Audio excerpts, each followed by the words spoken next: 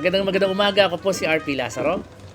Magandang umaga. Andito na naman po ang palikerong tapat, babaerong pangal, Kristiyanong Manyakis, ang hindi humihindot na walang paitulog, ang komentaristang kupal, ang kaibigan ninyo, ka Dennis Reyes. Magandang umaga. Magandang umaga. So, andyan na, nasa balita na inamin na ni Sara. The only news article is by Brigada News na inamin niya na siya daw ay kasama sa idedemanda at dadamputin na kasama sa arrest warrant. No, siya si Bongo, si Bato, si Albayalde, tsaka si Vicente Danao. So, sila daw ang kasama. Although inamin naman din ni Colmenares na oo daw, no? Nahanapin ko sa website ng ICC dahil doon daw nakapost sa Facebook ng ICC. We'll find out. Nakapost daw doon na possible sila daw. And the other perpetrators within the case na hindi na agad napangalanan. Well, so, hindi pa pinapangalanan pero ang balita ko maraming din po. Marami yan So ang tanong, maasa ba tayo na mukha bang hindi aabot ng 2028 elections? Si Sara? I don't think hindi aabot ng election. Baka hindi umabot ng 2025 elections. Ganun kabilis ang damputan? Baka yung second batch, baka within the week pagdadamputin. I'm hoping.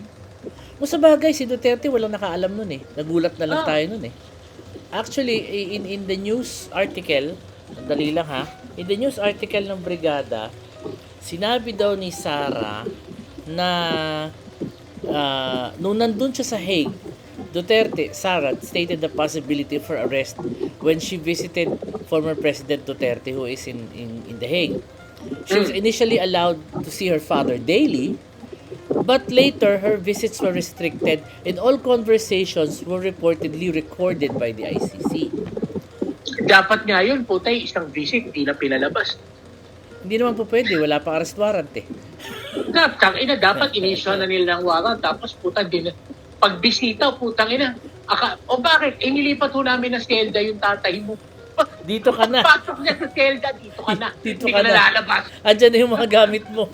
Andyan ang gamit mo. May sarili ka na selda. Enjoy. Diba? Dapat ganun ginawa nila. Tangina, hina rin ng mga puti Pero tanga kasi. Rule of law daw Ganun na sabi. Rule of law. Putang ina, alam mo, sa ICC, walang due process ang arrest. Rule of law daw Ikaw naman. Okay. Ang rule of thumb sa International Criminal Court, walang due process ang arrest. Oo nga. Sabi nga nila yung last time. Walang due process ang arrest. Pag dumating ka ron, pag nadampot ka na, may kaso ka, it doesn't matter how, the circumstances of arrest doesn't matter. Anyways, ito ngayon ang komplikasyon, no? Edi may impeachment, may arrest warrant. Yan ba pag na-aresto na ba yan, magi-impeach pa sila? Yes. Wala na. Because these are two different matters. Okay, ganito yung mga kumakalat. One, paano pag na-aresto, tuloy ba impeachment? Yes, because it's an entirely different matter. Hindi ba i-moot na yon? Sa waste of time? No! Kulong na No. Nakulong, hindi naman dito nakulong. Wala naman dito kaso. Okay. Diba? Second, paano pag nag-resign? Di resign. Tapos na. Hindi rin. Impeachment is an entirely different matter. Para hindi ka na Not because makabalik. you resign doesn't mean you cannot be convicted. Because remember, conviction carries two penalties, not just removal from office. Perpetual disqualification. Yes. Perpetual forever. Yes. Plus, the evidences during impeachment can now be presented for prosecution for actual criminal prosecution. Yung mga ninakaw na pera. Well, generally, lahat ng nakuhang nakalap na ebidensya sa impeachment pwedeng ipasa ngayon sa ombudsman for possible criminal prosecution. Anong gagawin nila kay Sara pag nakasuhan ng ombudsman? Kukulong nila ulit. Well, basta puta may kaso siya because it's an entirely different matter. Diba? Well, makasuhan siya, masentensyahan siya sa Pilipinas. So, yung sentensya na is held in abeyance hanggang makalabas na sa Hague. Pagbalik niya, kulong na naman. Kulong na naman. Posible yun. Ganun yun. Di ba pwede isoli na lang niya yung pera kinuha niya? That could be Iba a pa big yun. help. Iba pa yun. Pwede. Kasama yung okay, magkakasama yun na lahat ng properties, lahat ng fruits ng ill-gotten wealth Pwedeng would be sequestered. Would be taken by the government. Teka muna. That being said, no, on a different note, bakit si Bong Revilla na ipinapasoli yung 125 million na ninakaw niya, and that's documented yan, pati hindi niya sinusulit, hindi pa siya nakakulong. Abi, ito mga takbo ka. Wala pang nagpa-file ng writ of execution. Dapat yan, may nag-file ng writ of execution, tapos pinag-garnish ang property. Bakit na uwi sa ganun? Duterte, tinulungan. Well, yeah. Oh. Yan ba may habol pa? Dapat, Makakasuhan pa ba? Kung gugustuhin yes, because hindi pa na-execute. So all the government needs to do is file for writ of execution, i-garnish yung mga properties, lahat ng bank accounts na identified properties, paabutin ng kung magkano yung utang, tapos yung kukunin ng gobyerno, hanggang bayaran yung utang. Wala na nga kulong yun. Kung totoo dapat may kulong na yun dapat nakulong na nga pala siya, nakalabas lang. Question. So, yung mga ganyan, just because he's an ally of the government, hindi siya na-file ng writ of execution. Like you said, meron posible ba na ang isang mamamayan ang mag-file nun? Kailangan gobyerno? That I'm not clear. Pero I guess pwedeng merong magreklam. Kung may matapa. Pwede mag-file o may matapa. Wari, ako, pupunta ako ng Cavite, wherever, RTCO ako, San Fina-file yan. Supreme Court yan. Supreme Court. Mandamus. Sige ka mandamus. Para mapilitan siyang isole. Hindi, para mapilitan ng korte mag-file ng and then, will that saka hurt? yung pertinent government agency. Kung nga rin, senador na siya, pwede pa rin ba siya kasuhan ng ganon? Yes. Para habang nakaupo siya senador, nagbabayad siya ng utang niya. Walang bayad-bayad doon. Tangina, kukunin lang ng property ko, kukonfiscate. Di ba Until mabuo. Yung Until 125. mabuo yung utang. Ganun. Na naman na interest yun no? Okay na siya doon. Total, pwede naman niya bawiin niya, sa pagkasenador niya. Ako, feeling ko, may ganong moves niya. Hindi ba pwede, kailangan siya na administrasyon Nasa ticket siya ng alyansa Kaya nga, pag nagkamali siya ng boto. Pag nagkamali siya ng boto. Para si Jinggoy. Oo, si Jinggoy mukhang binuhay ang kaso. Binuhayan ng kaso kasi parang parang kumakampi Alam mo this complication with Duterte and with Sara and Amy, that's really para sa akin parang so illogical. Ikaw kapatid ka ng presidente, bakit ka kakampi sa kalaban? Alam mo namang hindi naman sila nakaupo na. Ako hindi ko naiintindihan yun. I really don't understand it. Kaya nga walang tiwala kay Amy ang mga Oo nga ang mga PDP. Okay, dalawang faction kasi yan. Yung faction ni Bongo tsaka yung faction ni Sara. Wala nakakampi si Sara. Wala kakampi si Sara. Kay Bongo. Walang pera si Sara Ang lahat ng pera na kay Bongo. Lahat ng perang ninakaw nung panahon ni Duterte. Kaya kay Bongo. Kasi siya yung kanang kamay. Kabongo hanilin.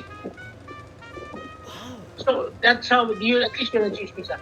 So, ang mga tapansinin mo, lahat ng PDP laban, sila Tal Panelo, sila Harry Roque, Bongo na lahat na.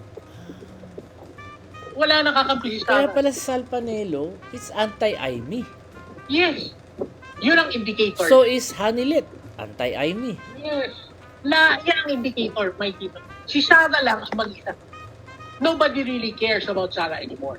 One, everybody knew from the start that Sara's unhinged. Agay. Diba? Oo. At least, si Bongo, alam mo, puta, nasa tamang pag-iisip.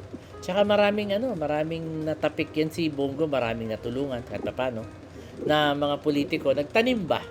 Nagtanim Oo. naman si Bongo kahit paano sa mga ibang fellow politicians. Cannot say about That's why, ang pinaka-delikado, Bakit dapat, naman? because Sara is nothing. She's the loudest person. How can she be nothing? Yeah. Loudest. Pero, what does she have? Nothing.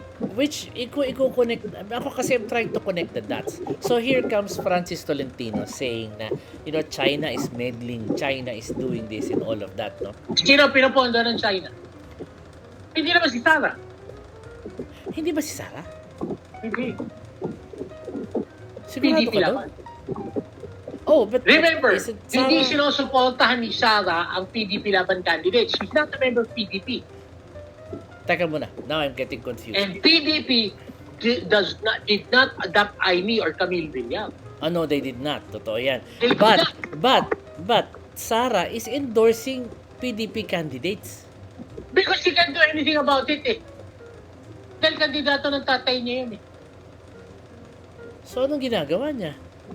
Sabi ng isang analyst sa dyaryo, Sara's endorsement is a kiss of death. Yes. Kaya nga hindi ko alam si Isko, bakit game na game siya kay Sara eh. Because Isko is desperate. Alam niya talo na siya eh. Honey is it. Oh, Okay. Isko hindi naghahanap ng... Doon mo ba ikita eh? Si Isko hindi naghahanap ng endorsement. Never. Hindi, dumikit na siya kay Sara eh. Precisely. Kasi wala siya tatakbo po, tatalo na siya sa Maynila. Ramdam niya. At tao, mas boboto si Sam Belsosa kaysa sa kanya. Oo. Actually, namimigay Pero na yung nga mga ng pera si Sandro organisado, Sose. kanila una na yan. Ang problema dun sa mga yung mga pakawalang boto, yun ang tawag doon eh, yung mga spontanyong boto, yung Mga hindi nahilot. hindi organized. Mga hindi nahilot yan. Yung hindi organized, na mas boboto kay Sam Belsosa kaysa boboto kay Isko. Yung mga yon hindi mo pwedeng sa. Simply because, hindi mo alam kung boboto o hindi. Pag sinipag, boboto. Pag hindi, pag inabot ang init ng araw, puta. Ayaw na. Uwi na lang ako. Wala ka. Uwi na lang ako. Init Diba? Ayoko na. Walang kuman. Oo. So, there is nothing there for you to rely on. So, yun ang problema ng mga yon. So, at the end of the day, mahirap asahan yun. Totoo yan. Eh, yung mga yon, kinain ni Sam Belsosa. Yung So, organized vote, Hanila ko na. pinakbakan. Hanila ko. Isipin mo, puta, ang binibilang pa lang natin kay Hanila ko na congressman. Hindi pa natin binibilang vice mayor. Si Yul Sergio. Puta yun. Lakas yun. Malakas yun. Walang matinong vice mayor. Wala nga. Si Isko as never, at tanda mo si Isko ang style niya, hindi yan kumuha ng katiket na tutulong sa kanya. Kumbaga, hindi yan kumuha ng ticket na tutulungan niya. Solong takbo palagi yan. Oo nga, napansin ko, he only carries himself. Hindi niya dinadala yung katiket niya. Ganon sila sa Maynila. Ganon siya sa era. Bakit? Well, that's their style. Because it worked for them. Kasi sila superstars. Mahilig ang mga taga tingin Maynila nila sa superstar. sikat ako. Meron akong residual radiance na ikaw bilang konsehal o bilang vice mayor, magbe-benefit ka sa kasikatan ko. Wala kang maibibigay sa akin. So, kung gusto mong sumakay sa akin, magtrabaho ka para puta makilala ka ng tao. Pero hindi kita bibigyan. May ganun silang dati. Yari. I don't need you. I don't need you. You need me. Kaya tumulong ka sa akin. Kung gusto mong sumikat ka sa tao, dumikit ka sa akin. And May that is tendency lang. and that is probably the way that Sarah thinks. Na ganun ang dapat sa kanya. Kayo ang dumikit sa akin, hindi ako didikit sa inyo. Pero the way things are going, para siya yung naghahanap na supporter. Well, unhinged nga, kaya malayo sa kanila. Ano yung wala ba siyang strategy talaga? Kung ano lang maisipan niya on the fly? Si Sarah? She is, I'd like to, I really like to think that walang political sense. ay, ano siya, parang shooting from the hip lang siya palagi. Hindi, ito. Remember, 2019, Oo. at the height of their power, Oo. Before may COVID. nanalo bang kandidato kung nagpagbabago? Wala. Kahit ata sa local, hindi rin eh. Precisely. Ibig sabihin, wala siya suporta from the start. Naingay lang talaga. Yes. Doon naman sukat. Kasi hindi niya kaya mag-break-break ang kandidato. Hindi niya kaya magpanalo. Oo, kasi remember the last senatorial elections, yung midterm ng panahon nila, na Yeah. politician doesn't have to be honest. Talagang ano ba yun? Why would you say that? Now they call her Sarah without the H. Kasi hindi siya honest. Ang weird lang doon is, why would you say something like that? Yung mga banat niya, mga left field eh. Yeah, because she is stupid. Hindi nag-iisip. Hindi ko ano lang ang maisip niya. Sa chismis nga, di ba, na siguro doon nung dumalaw siya sa tatay niya sa Hague, sabi ng tatay niya, putang ina mo, ikaw may kasalanan, puta ko na kulong. Kasi kaya kung hindi siya nagwala-wala, di sana wala silang problema ngayon. Oo. Diba? Baka meron pang Teka, wait a minute. So, if China is supporting PDP Laban, ano bang estado ng PDP Laban? Mukha namang they're struggling. They're paying off surveys. Nagbabayad sa tao kung ano nung ginagawa nila. Ganun talaga yun. Try doon ka sa bayan eh. Putang ina mo, anong asahan? And naglabas try doon ka sa bayan. Gusto mo, puta, magkaroon ng parada, magkaroon ng posisyon para sa'yo, Pilipino. Puta, nobody could forget na puta nung nagkakagulo sa West Philippine Sea. Yan, sila Bato, sila Robin, pinagagalitan pa nila yung mga Coast Guard. Oo, totoo yan. Di ba? And of course, let's not Nobody forget. could forget. Di ba? Di ba? Tayo nga unang-una nagsabi ng inamin ng PDP Laban na mayroon na Memorandum of Understanding We with had that. Communist Party of China. Nilabas natin yan. Tayo yung unang-una nagpakita kung ano yung Memorandum of Understanding, something that ayaw nila kami eh. Tayo nakapagpakita ng litrato. Totoo yan. Di ba? Puta, mga traidor sa bayan yan. Ikaw na rin nagsabi, puta, that Aquilino Pimentel must be turning in his grave for what his son father Coco must did. be, for what the son Diba? did. Oo. May kumapalakpak pa sa likod nun. Oo, puta, may dalawang demonyo, puta, pumapalakpak sa kanya. Puta, at least tayo, kaliwa kanan mo, isang demonyo, isang anghel.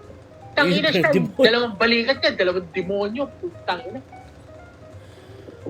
So, naglabas naman ng gobyerno ng statement. And remember, Gibo had a statement na ano ba sinabi niya about China? He had this weird statement eh. I shall remember that in a bit. And then, talagang effectively pointing to China as an enemy of the state. Yes. Although there are some analysts who say dapat daw balansehin natin ang relations between China and the US because ang one of the BBC That is napanood ko. bullshit. Bakit naman? Because the US is not invading our territory. There's the difference. No, but China is doing that because proxy war to with the US. Regardless, sila pa rin ang invader. Well, totoo yan. See, it is now Philippine territory, that is the question. Wala naman tayong problema kung partnership eh. Pero isn't that Invasion na yan. exchanging one set of chains, ball and chains for another set of ball and chains. Remember before 1992 when we had the Americans, they were saying na ano daw, the Americans are ano tayo, kinokontrol daw tayo ng Amerikano. Pretty much what the US, what the Chinese are doing now. But our territory is still our territory. O sa bagay, tama ka rin doon. See, all of that argument, puta lahat yan, palabas ng China yan eh. Ginagaslight tayo ng mga putang inang yan eh. Because at the end of the day, it's about Philippine territory. We have to keep that in mind. We have to focus on the real issues. Tama naman din.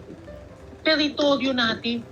Yeah. Dagat na pinangingisdaan ng mga Pilipinong mangingisda. Pinalalaya sa mga Pinapalayas tayo. Sa sarili nating karagatan. That's the point. Ayun ang And sabi. in fact, dapat i-declare na enemy of the state ang China. Legally. Actually, Bakit? Para pwede nang pagdadamputin Ang yung mga mga vloggers na yung mga vloggers na bayad sa China. na Why? may- Because may treason na cheque yan. pa. Oh. Sila Mark Lopez, sila Joey Cruz, damputin na lahat yan. Sila Christian Chu, Pasara na rin yung sila Flex si Angel. ipasara na rin yung agency dyan sa Makati na nagbabayad pala ng mga trolls. Yes! Oh. Pwede na sila ngayon damputin for treason. Treason, mabigat yun. Oh. Yes! After silang pagdadamputin for treason, pag nasintensyahan, di ba kayo ulit tayo sa China? Kaya, pero kailangan mo na lang linisin ang bakura. Linisin mo na bakura natin. Totoo yan. Why? Pagka ginawa mo yan, sino bang Pilipino kakampi ulit sa kanila? I agree. See, the Filipinos would know, putang ina nyo, dadamputin namin kayo, hindi kayo makakaulit. Well, It is either you are loyal to your country or you go to China, because if you do not go to China, you will go directly to the national Philippines. yeah. Totoo yan. Yung statement ni Gibo, nakita ko na ulit. Sabi ni Gibo, xenophobia is China's fault. They've been overreaching for so long. So if people hate you, kasalanan mo yun. Actually, Yes. medyo tama yun eh. I agree with Gibo. Kasalanan nila yun kung ba't galit ang tao sa kanila. Kasi silang tarantado, sila sinungaling eh. Oo, I agree. Yeah. di ba? If they are hated worldwide, then it's actually their fault. And the thing about it is, even the Chinese people are now hated. Yes. Talagang xenophobia And talaga. they're looked at with distrust. Hindi mo na alam ngayon sino ang espiya ng China, sino yung talagang negosyante lang, Oo. sino yung nagpunta rito na gusto lang mabuhay ng mapayapa, o nagpunta rito para manggulo. Oo. Dito sa Diba? sa building namin, may mga Chinese dito. Pag nakikita ko sa elevator, doon ko sumasabay. Seryoso yan. When they enter the elevator, I step out. I do not want to be this. Baka mamaya, pati cellphone ko. Ganun na ang duda ko sa kanila. Abe, baka pati Kaya cellphone dapat- ko, Di ba? Kaya ini-scan dapat na nila. palayasin na lang lahat. Tama, palayasin na lang lahat. Although some of them are Filipinos. Hindi mo lang alam sa itsura. Pero, Hindi yung Filipino-Chinese. Hindi yung oo. Filipino-Chinese. May Filipino passport. Puta, halata naman sa itsura. Iba yung putis, di ba? Pero wag ka si Alice Di ba ko. marunong Tagalog? Si Alice ko, Tagalog. Spiya. Ang hirap nilang anuhin eh. Ang hirap nilang i-discern. Magaling naman sila mag-pick up the languages eh. Well, at least, mababawasan. Well, totoo yan. Mabawasan man lang. Pag nabawasan ang numbers nila, they cannot do as much damage.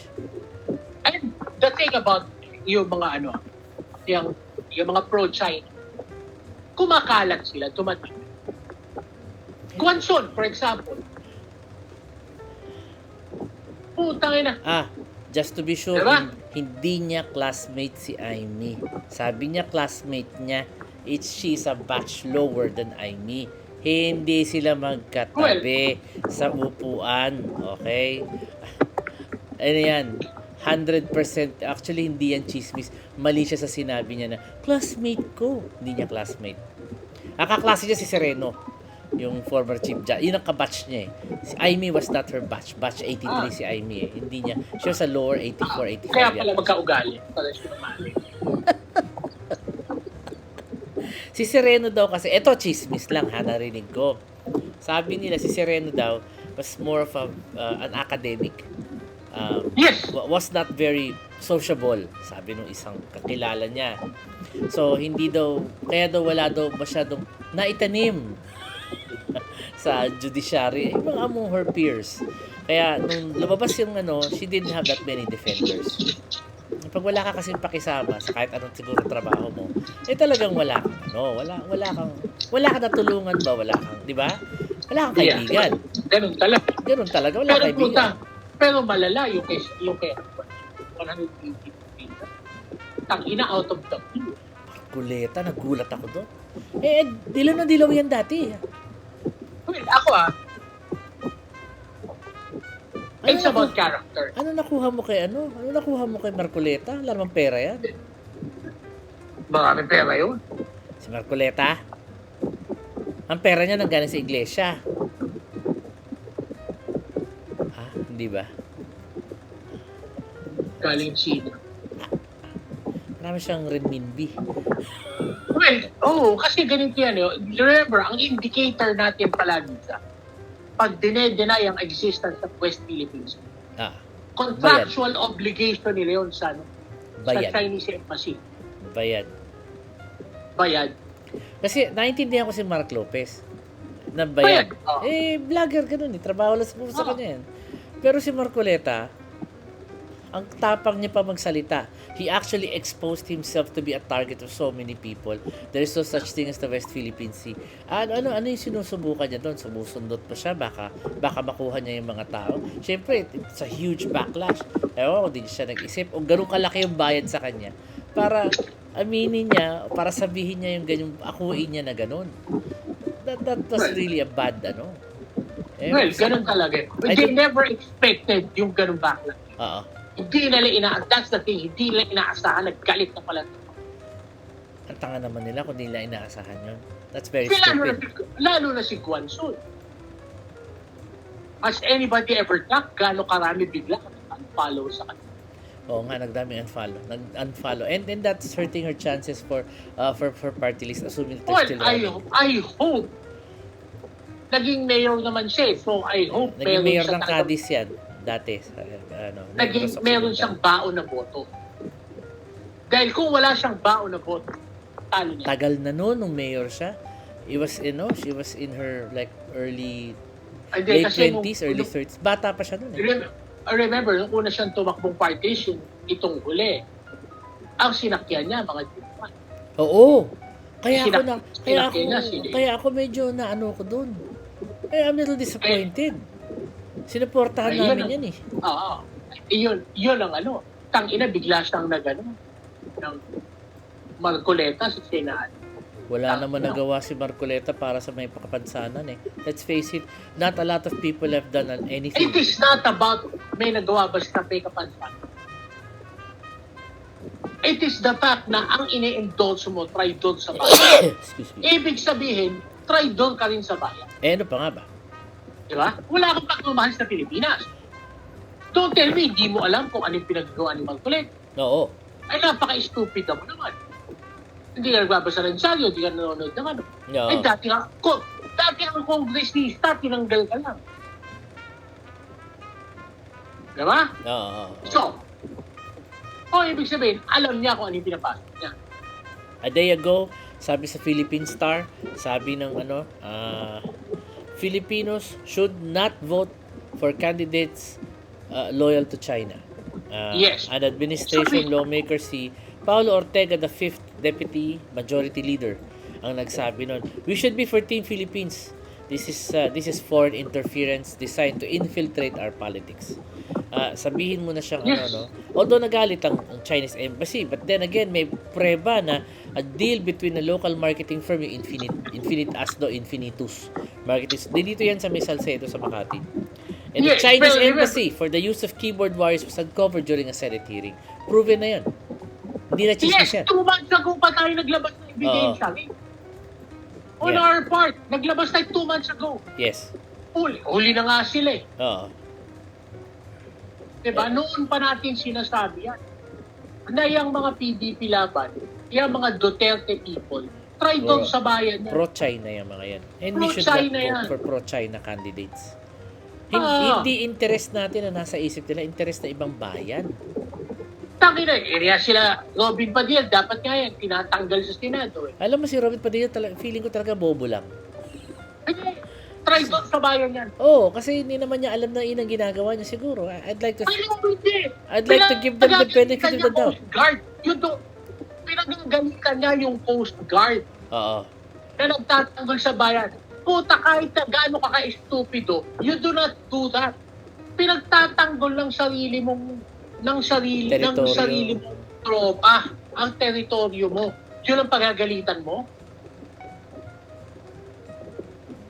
Dinidebate pa niya yung mga taga AFP ng Chinese Coast Guard daw civilian, hindi military.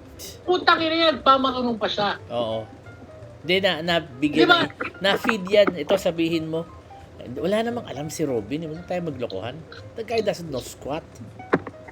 Yes, well, that's not the point. Whether he knows it or not, that doesn't matter. That does not excuse treason. That's true. That does not excuse treachery. Ito naman din. Oh. Diba? Alam naman natin from the start, bobo si Robin, wala namang ginawa. Kundi maglimas ng bigote. Putang ina, paglalaban ba man yung urges niya eh. Pero that's beside the point. Bago pa naging senador yan, di ba? Wala naman na nagawa yan. His movies aren't even that Ay, big. putang ina, bonti ka upakan ni yan eh. Sino to? The guy Si sa Colonel... The guy sa convicted Si Colonel felon. Logico. Oo. Hindi mo, hindi ko upakan ni Colonel Logico yan. Tangina, ginagaslight yung mga Pilipino, pinagtatanggol ng China. Oo. Na puta, sabay-sabay daw tayong mag-volunteer at pumunta sa South China. Tanginang yan. Napakawalang yan yung putang inang yan.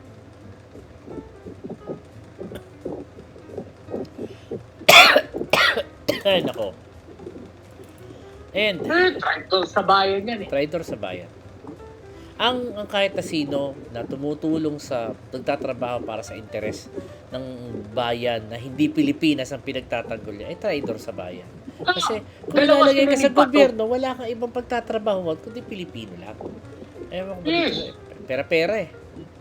Pareho sila ni Bato. Putang ina, pinagagalitan. Ah. Si Bato lalo na. No, naalala mo ina. si Anong Pino, leader ng Piñol, PNA? Pingol ba 'yon? Si yung DA dati na nung si Manny Gender Piñol. Manny Piñol. Naalala nyo nung nabangga yung barko ng Gender na binangga ng Coast Guard, pinagalitan niya pa yung mga nabangga. Siya pa rin gago yan. Putang ina. Oo, Yan ang mga traitor. Silang dalawa ni Kusi yun eh. Sila ba dalawa ni Kusi yun? Yung nagpunta doon sa mga doon sa si Kusi talaga, wala na yan. Oo, taga-Oriental Mindoro yan eh. Oo. Kaya bayan ni Kusi yun. Si Piñol yung nagsabing kumain kayo ng bukbuk na bigas, okay lang. Gago yan. Nagpakita pa siya ng video kung baka siya. Siguro pag tagal ng video, niluwa niya lahat yun. Malamang. Kaya ang dami niyang mga traitor talaga sa bayan. Yung pilapan. Hindi boto yan. Kaya magboto ng Yung mga ganyan. tumatakbo niya. Alam mo, teka maisingit ko lang unusually quiet, si Alvarez. Nasaan na siya ngayon? Sino Alman? Si Pantaleon Alvarez. Sa Davao. Tsaka si Wigire. Si Biggs ang delikado kasi masama ang loob. Zubiri? Bakit Pero delikado? he stayed quiet kasi barkada niya si Biggs. Masama ang loob niya because he was removed as Senate President. Oh. Dahil pinabayaan niya si Bato na... See, that's the point eh, kung bakit masama ang loob niya. As Senate President, he was respecting the rights of a senator. He was respecting Bato's right to hold committee hearings. Diba? Yung inuupakan ni Bato sa presidente. Oo. Kaya siya natanggal because of that. Ito, masakit. Tangina, Bato voted to remove him. Oo, to remove him. Oo. Gano'ng magago yun si Bato, gano'ng kawalang yaya. Turncoat, balimbing. Balimbutang iyak-yak pa, my captain. Tangina mo. Ba't ka Ano, my bumoto? captain? Sabi mo ng talunan ka pero dapat bumoto ka doon sa... Wala lang loyalty. Walang loyalty yan. Kung Kaya- tangina yung mama, natanggal sa pwesto dahil pinagtatanggol ang karapatan niya. Oo. Tapos, nung botohan, bumoto siya na, sige, tanggalin nyo. Oo. Asshole. Kaya yan, mga wala, hindi dapat nire-respeto yung mga ganyan tao. Nako. Anyways, at ating kalahating oras tapos na. Maraming salamat. Medyo hitik na hitik, no. Maglalabas kami ng reels today. So, just to reinforce this particular episode, we will probably release this one first before the other one. Kasi mas timely to eh. Pinag-uusapan na kasi to ngayon eh. So, hindi tayo papahuli sa ganyan. Yun. At ayan ho, natatapos ang ating kalahating oras. Maraming salamat po muli sa panonood. Ako po si RP Lazaro. Maraming salamat po. Ito po uli ang inyong komentarista kupal, Ka Dennis Reyes. Maraming salamat. Nagpapaalam. Babalik. Thank